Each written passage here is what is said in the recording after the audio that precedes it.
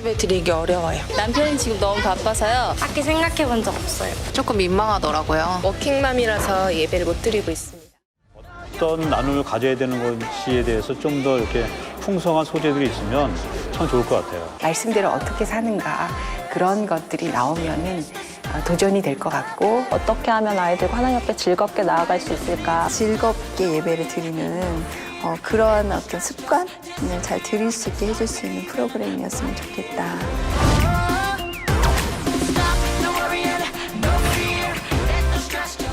CGN TV 시청자 여러분들 안녕하십니까? 가수 이무송입니다. 가정은 천국의 축소판이다. 뭐 이런 얘기를 많이들 하시죠. 그만큼 가정은 우리에게 안정과 평화, 행복을 가져다 주는 곳이기 때문이 아닌가 싶습니다. 바로 그곳에 하나님의 은혜가 있고 예배가 있다고 하면 어떻겠습니까? 아마 우리는 천국이 멀리 있지 않다는 것을 바로 몸소 느낄 수 있을 게 아닌가 싶은데 그래서 저희가 준비를 했습니다. 가정 예배를 배우고 실천하는 시간, 이름하여 아무리 바빠도 가정 예배. 요즘에 줄여서도 많이 얘기하는데 저희도 한번 줄여보겠습니다. 아빠가 여기 가정예배를 사모하고 실천하는 분들이 오늘 이렇게 아빠가를 통해서 가정예배를 여러분께 함께 전해드릴 텐데 오늘 첫 번째 우리 정지민 씨 나와 계십니다. 어서 오세요. 네, 안녕하세요. 네, 결혼 4년차, 육아 3년차에 둘째까지 임신 중인 워킹맘 개그우먼 정지민입니다. 네. 제가 1세대 크리스찬의 가정이에요. 그렇기 때문에 많은 무거움을 안고 있으면서도 네네네. 어떻게 해나가야 될지 모르니까 제가 함께 할 수 있으면 또 행복입니다. 많이 배워가겠습니다. 네. 이야기보다는 풀기도 전에 이렇게 재밌게 기대가 많이 되고요. 자, 그리고 이어서 우리 백은실 사모님 어서 오세요. 네. 안녕하세요. 말씀 씹는 엄마 백은실 사모입니다. 저 이름 타이틀보다 내 아이의 엄마라는 걸 더 좋아하시더라고요. 4명의 자녀를 둔 어머니. 네, 저희도 믿음의 1세대여서 아이들에게 신앙과 유업을 전수하고자 매일매일 가정예배를 드리며 몸부림치고 있습니다. 자, 그리고 서울신학대학교 권혁승 교수님 함께 하셨는데요. 어서 오십시오, 교수님. 네, 반갑습니다. 반갑습니다. 네네네. 저는 지금부터 38년 전, 네. 1981년 이스라엘 유학을 갔습니다. 일찍 유학을 다녀오셨네요. 가족들과 함께 갔는데 네. 주변에 사는 유대인 가정이 평상시에는 노인네 2분만 있더라고요. 네. 그래서 다정하게 이렇게 만나기도 하는데 네. 안식일, 금요일 밤입니다. 네네. 안식일만 되면 전국에 흩어졌던 가족이 다 모이는 거예요. 그래서 파티를 벌리는데 이 가정 예배야. 그래서 우리도 주말 가정 예배, 안식일 가정 예배를 네. 뭐 평상시에는 뭐 저희들이 간단하게 드리지만 정식으로 가정 예배를 드리기 시작을 했습니다. 네. 그게 38년 돼서 지금까지 지켜오고 있어요. 아마 가정 예배의 고수분이 아니실까 이런 제가 고수를 생각을 좀 만났습니다. 해보면서 기대를 많이 좀 해보게 됩니다. 저는 사실 이 프로그램에 함께 하면서 이 가정 예배에 대해서 좀 깊이 묵상을 하게 되는 그런 계기도 됐었는데요. 그냥 뭐 큰일이 있거나 뭐 경조사나 이런 걸 앞두고선 그냥 뭐 예배를 드리곤 했거든요. 근데 이 가정 예배에 대한 마음이 있지만 꾸준히 그렇게 드린다는 게 참 어렵지 않으세요? 네, 어려운데 저희가 작은 시작을 한 게 꼭 밤 11시에 알람을 맞춰놨어요. 그래서 알람이 울릴 때는 어떤 상황에도 손 잡고 말씀 구절을 외우고 꼭 같이 이야기를 하고 기도를 하자라고 이제 정해놨거든요. 그러니까 뭐 TV를 보다가도 뭐 설거지를 하다가도 11시 알람이 울리면 손을 잡고 요한 3서 1장 2절을 외워요. 같이 사랑하는 자여 내 영혼이 잘된 같이 그래서 외운 다음에 같이 이야기를 나누고 기도를 하거든요. 그래서 정말 어려운 일이긴 하더라고요. 같이 대화 중에 뭐 떨어져 있을 때는 서로 문자로 하긴 하는데 그것도 맞나 싶기도 하고 그래서 이런 가정 예배의 팁을 정말 많이 배워가고 싶습니다. 네. 또 아기가 이제 태어나면 또 교회 주일도 이제 지키기 어려울 거고 이러면 또 어떻게 해야 되나 제가 고민이 진짜 많거든요, 요새. 아이고야. 네. 그런 상황에서도 네. 가정 예배만은 좀 지켜보겠다. 그렇죠. 알람을 맞춰놓고 예배를 드리는 거 정말 좋은 방법인 것 같고요. 저희도 지금 13년째 13년. 네, 교수님에 비하면 너무나 네네. 조족지혈이지만 예배를 드리고 있는데 7시 반이 되면 핸드폰에서 예배자 알람이 울려요. 찬양이 울리면 아이들이 자연스럽게 모여서 예배 대응을 이루고 있고 아이들에게 우선순위에 대해서 정말 가르쳐주고 싶었어요. 중요하죠. 네, 믿음의 가정이면 하나님께 예배해야 됨이 마땅하다. 이것을 가르쳐주고 싶었고 외출을 하고 돌아올 때는 7시 반이 차 안에 있을 때도 있는 거예요. 그렇죠. 그럴 때는 차 안에서 저희가 예배를 드렸어요. 처음에는 아이들이 막 바깥을 보며 간판을 읽더라고요. 예배를 안 드리고. 그런데 지금은 이제 쭉 이어오다 보니까 차 안에서도 운전하는 사람 외에는 기도할 때 눈도 감고 함께 예배하면서 하나님을 알아갈 수 있도록 아이들과 함께 예배를 하고 있습니다. 저희 부부는 결혼 승낙을 받으러 올 때 조건이 딱 하나였어요. 주말 가정 예배에 참석할 수 있느냐. 사위들한테 사인을 받은 거죠. 그래서 쉽지 않았을 텐데 그게. 아니 제일 쉬운 거를 선택한 거죠. 다른 얘기는 아무것도 안 묻고 네네.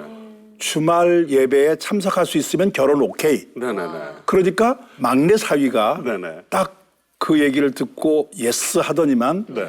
다음 주부터 와도 돼요 그러더라고요. 이 아이는 그거를 아주 귀하게 여기고 자기가 이거 참석해야 되겠다는 마음을 미리 가졌던 것 같아요.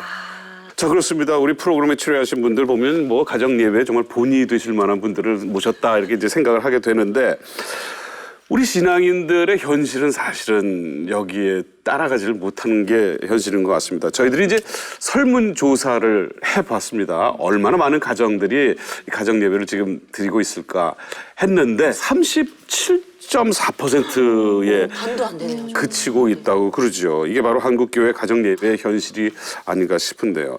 1위는 가족 간의 시간대를 맞추기가 어렵다. 그렇죠. 요게 이제 제일 힘든 부분이라고 이제 호소를 해주셨고, 자 2위 설문조사 2위는 집안에 믿지 않는 사람들이 있다. 그게 가장 어려운 것 중에 하나라고 또 이렇게 답을 해주셨습니다. 가정 예배에 대한 필요성을 느끼지 못한다고 하시는 분들도 10% 정도가 되니까 꽤 많은 분들이 저는 제일 힘든 게 사실 저의 그 단점을 가장 잘하는 가족들과 평소엔 그런 모습을 안 보이면서 아이한테도 뭐 좀 소리도 지르고 그런 아빠가 어느 날 갑자기 자 얘들아 뭐야 이렇게 갑자기 홀리홀리해지면서 뭘 인도한다는 게 그렇게 민망하고 식구들 앞에서 쉽지가 않거든요. 네, 뭐 이 가정 예배 장애물이 사실 교수님 좀 이렇게 저렇게 보면 사실 참 많죠. 신앙의 가치관을 앞세우기보다는 네. 세상적 가치관에 근거를 주다 보니까 모임에 대한 의미, 모임에 대한 중요성을 놓치게 되는 것이죠. 네. 이것을 극복하는 방법은 가정 예배가 선택이 아니라 필수다라는 점입니다. 그러니까 이거는 반드시 해야 될 우리의 신앙적 과제라고 하는 인식부터 가져야 된다는 것이에요. 네. 거기에 대한 이야기를 제가 좀 더 하면 네. 히브리어로 구약 성경을 기록한 히브리어로 집을 가정을 바이트라고 합니다. 바이트. 그런데 성전도 바이트예요. 그러니까 집과 성전이 같은 단어예요. 네. 그게 무슨 의미냐? 두 가지 의미가 있습니다. 하나는 집이나 성전 모두 예배 처소라는 거예요. 네. 두 번째는 네. 성전에는 제사장이 있어요. 가정에는 가장이 있어요. 그렇죠. 가장은 작은 제사장이라는 뜻입니다. 그러니까 가장의 역할의 우선순위가 자녀들을 위해서 가족을 위해서 돈 버는 것 중요하지만 네. 그것보다 먼저가 작은 제사장 역할을 해야 된다. 이 성경적 가치를 우리가 받아들이지 않으면 네. 세속화에 밀려날 수밖에 없습니다. 자, 우리 노사연 씨 방송을 함께 할 줄로 믿습니다만, 예, 남편이 제사장이라는 거, 예, 요거, 예, 밑줄 좀 쳐주시기 바랍니다. 근데 그러면서 또 어떤 분은 이런 얘기도 해요. 야, 그 뭐 성경에 뭐 예배 드리라고 나와 있어? 그러지도 않는데 뭐 유난스럽게 이렇게 그냥 주일만 지키면 되지. 뭐 이런 분들도 많이 계시단 말이에요. 성경에는 니네들이 예배를 드려라. 뭐 이런 구절이 제가 없지요. 그 성경의 모든 인물들 다 분석해 보면 가정 예배의 산물들입니다. 부모들이 그들을 믿음으로 키우는데 네. 어디서 믿음으로 키우겠어요? 가정 예배를 통해서 인물을 이제 길러낸다 저는 보고 네. 요수아가 그 마지막 이스라엘 백성들 앞에서 이런 고백을 합니다. 나와 내 집은 여호와를 섬기겠다. 여기 섬긴다는 말이 히브리어로 보면 예배한다는 뜻이에요. 그래서 우리 집만큼은 가정 예배를 계속해서 지키겠다 하는 그런 선언입니다. 그래서 지금 성경에 그런 얘기가 없다고 하는 것은 뿌리를 못 보고 하는 얘기다 그렇게 생각합니다. 네. 사실 공부를 좀 해야 됩니다. 너무 당연해서 없던 얘기였네요. 네. 그래요. 가정 예배에 가장 중요한 건 사실은 또 아이들 앞에서 부모가 어떻게 또 서느냐 이런 모습을 보여주는 것도 굉장히 중요한 것 같아요. 네, 저는 이제 신명기 잘 아시는 쉐마 말씀을 통해서 제가 저희 가정이 또 저희 남편과 제가 저희 아이들에게 말씀을 전수하고 믿음의 유업을 이어가야 된다는 것들을 사명으로 받게 되었거든요. 잘 아시는 것처럼 오늘 내가 내게 명하는 이 말씀을 너는 마음에 새기고 내 자녀에게 부지런히 가르치라고 하는 거예요. 언제? 집에 앉았을 때든지 길을 갈 때든지 누워있을 때든지 일어날 때든지 하루 왼종일인 거예요. 네, 맞아요. 이게 어떻게 가능할까? 그런데 해답은 가정에 있는 거예요. 가정에서 아이들에게 말씀을 들려주고 전수해주고 그것이 공통적인 가정의 어떤 그 키워드가 될 때 하나가 될 수 있더라고요. 그래서 더 사모하게 되는 것 같습니다.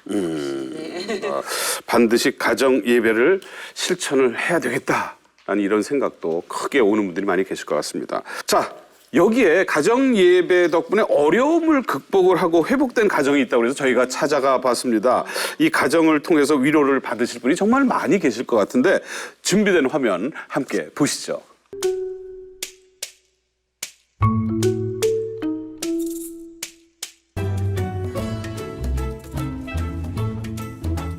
얘들아, 예배 드리자. 어서 나와. 네.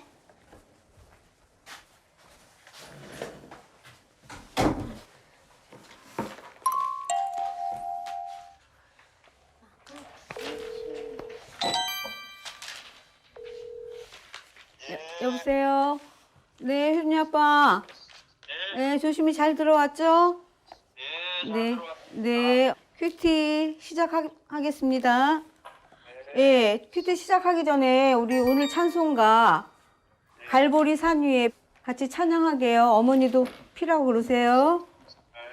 갈보리 산 위에 십자가 섰으니 저희가 가슴 아픈 일이 생겨가지고 이혼을 했어요. 그래서 이제 생명의 삶을 저희 아이들하고 같이 교제를 갖고 나누면서 하다가 남편도 같이 좀 했으면 하는 마음이 늘 들었어요. 그래서 이렇게 멀리는 있지만 이 음성을 들으면서 가정 예배를 시작하게 됐습니다.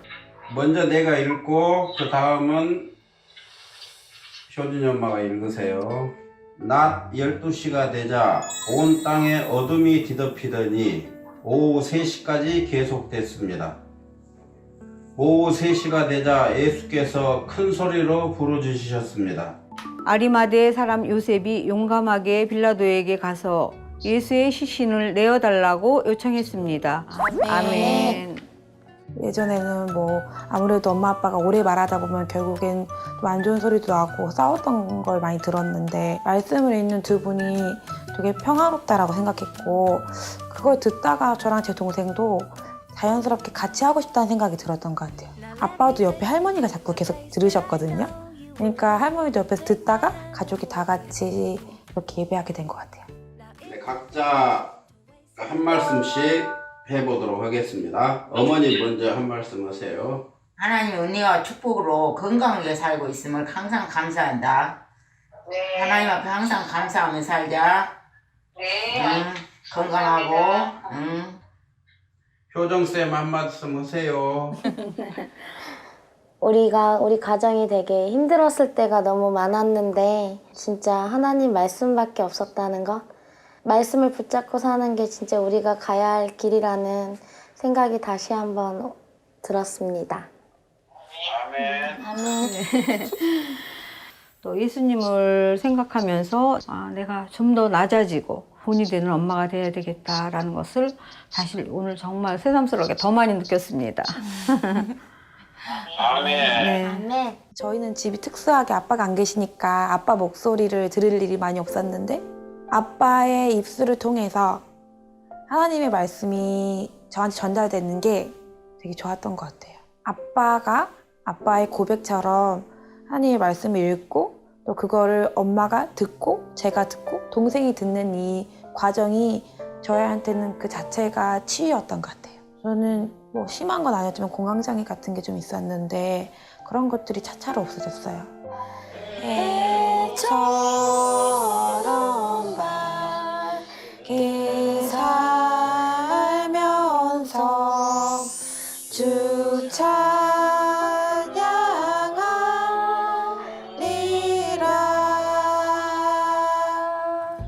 주여, 큐티를 통해 하나님을 경외하고 그 말씀을 지키기를 즐거워하는 삶으로 살아가게 하심에 감사드립니다.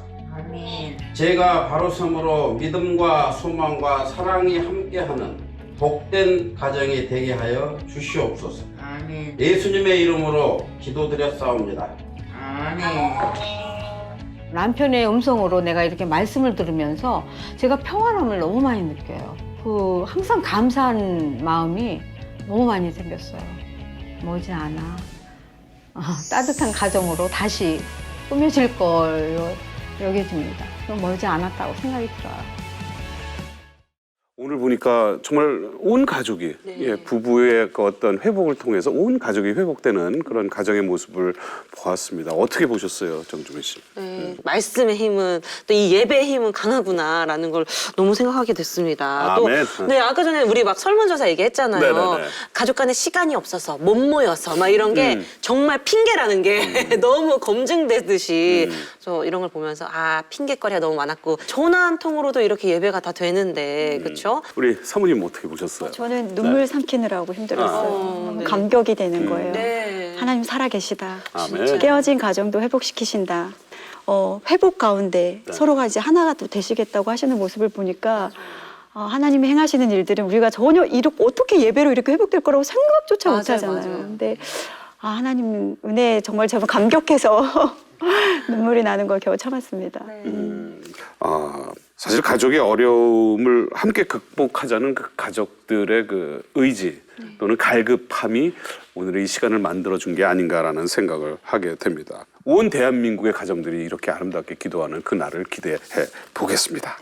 오늘 가정 예배를 회복해야 하겠다는 마음을 가지는 시청자 여러분들도 많으실 텐데 이분들처럼 자신들의 가정의 여건과 또 상황에 맞춰서 또 가정 예배를 생각해내는 게 중요하다는 말씀을 좀 드려봅니다. 네. 저희는 아이들의 눈높이에 맞는 예배를 드리셨으면 좋겠어요.